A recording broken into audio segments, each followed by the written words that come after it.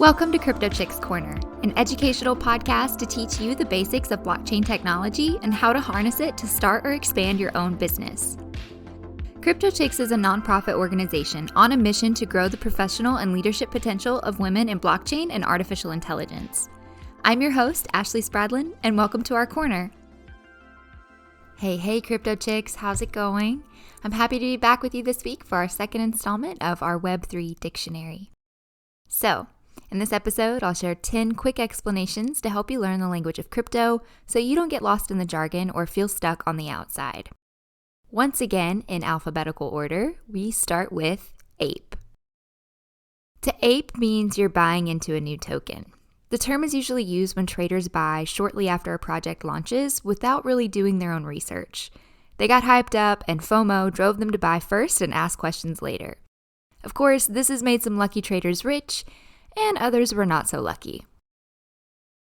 Degen.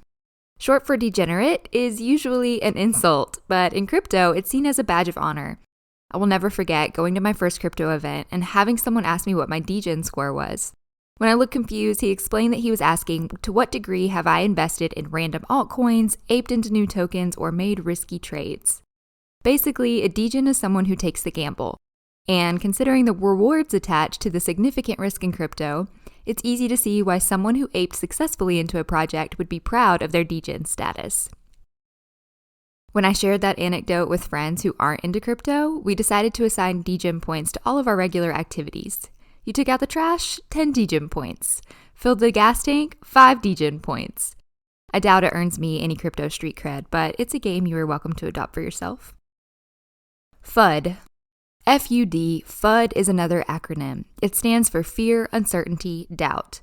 Because so much of crypto is based on public perception, FUD can be a project killer.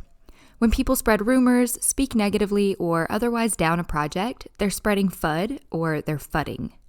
You might see this in trader groups or crypto Twitter, or with anyone who doesn't understand the value of crypto in general. Typically, in a bear market, FUD is on the rise. Market cap. Market cap or market capitalization in traditional finance refers to the total value of all a company's shares of stock. In crypto, as you know by now if you've listened to previous episodes of CryptoChicks, you don't own any shares by buying a token. But market cap is used to describe the total value of a cryptocurrency by multiplying the token price by the number of coins in circulation. People use this metric to determine the value of a project and whether or not it's a good investment. Usually, the higher the market cap, the more dominant the cryptocurrency is considered to be in the market. However, many users say market cap is not a great metric because it really only communicates price, not necessarily the value of a project. Mixers. In Web3, users can be anonymous. Transactions on a public blockchain are visible to everyone, so it's easy to track transactions associated with specific wallet addresses. Essentially, users who want an extra level of privacy in their on-chain activity can send their, let's say, Bitcoin to a mixer, where it will get mixed up in a pool with other Bitcoin and then sent to whoever you need to receive it. Someone looking at the Block Explorer would only see that you and other users sent money to a mixer, and that mixer sent money to other users, but not who you intended to receive your specific funds. Mixers are not all legitimate. There are legal requirements, and honestly, it wouldn't be that hard for someone to figure out where your money went if they knew what to look for. Wrecked. To get wrecked in crypto, R-E-K-T, means to be destroyed or ruined. Basically, you lose a big bag. You aped in without doing the research, and the price tanked.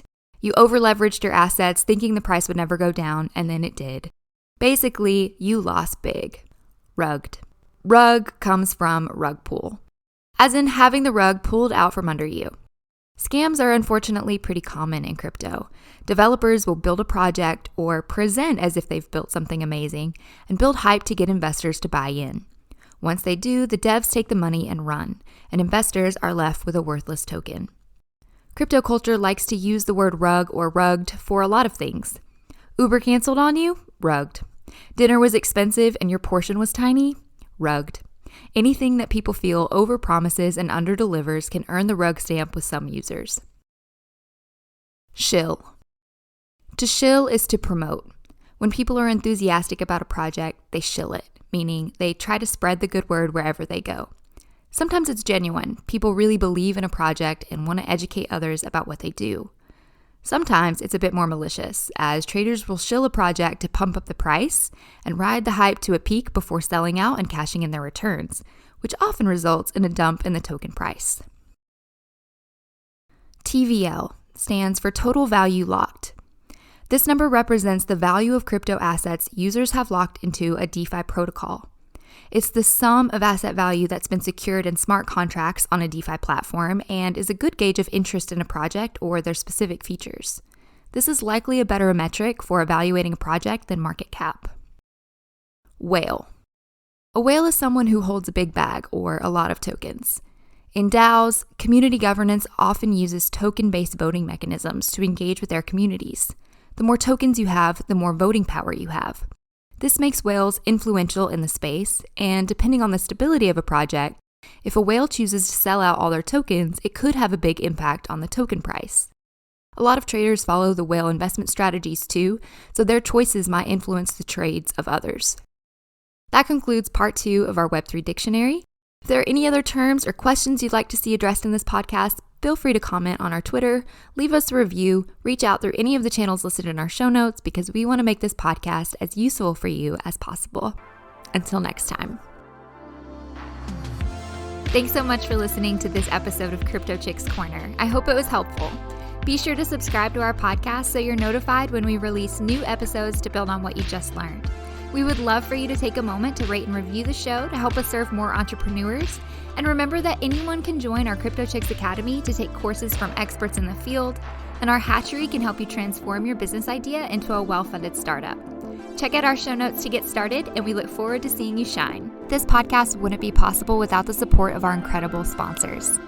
Women of Crypto is an NFT avatar collection that's the first of its kind, 3D rendered, and meant to represent the diversity and beauty of every single woman in the world. Their efforts are invested to bridge the gender gap and inspire and invigorate more women to participate in the world of crypto. Women of Crypto is a Metatora project, and we're so proud to partner with them. We also want to thank Metis. Metis is an Ethereum Layer 2 optimistic rollup platform to help you launch into the Web3 economy. Their platform harnesses the security and decentralization strengths of the Ethereum network with the added benefit of fast, low-cost transactions, native storage, and a user-friendly interface to make deploying your project simple and stress-free. Whether you're expanding projects in decentralized finance, NFTs, gaming, community, or you want to take your Web2 business to the next level, Metis is the platform for you.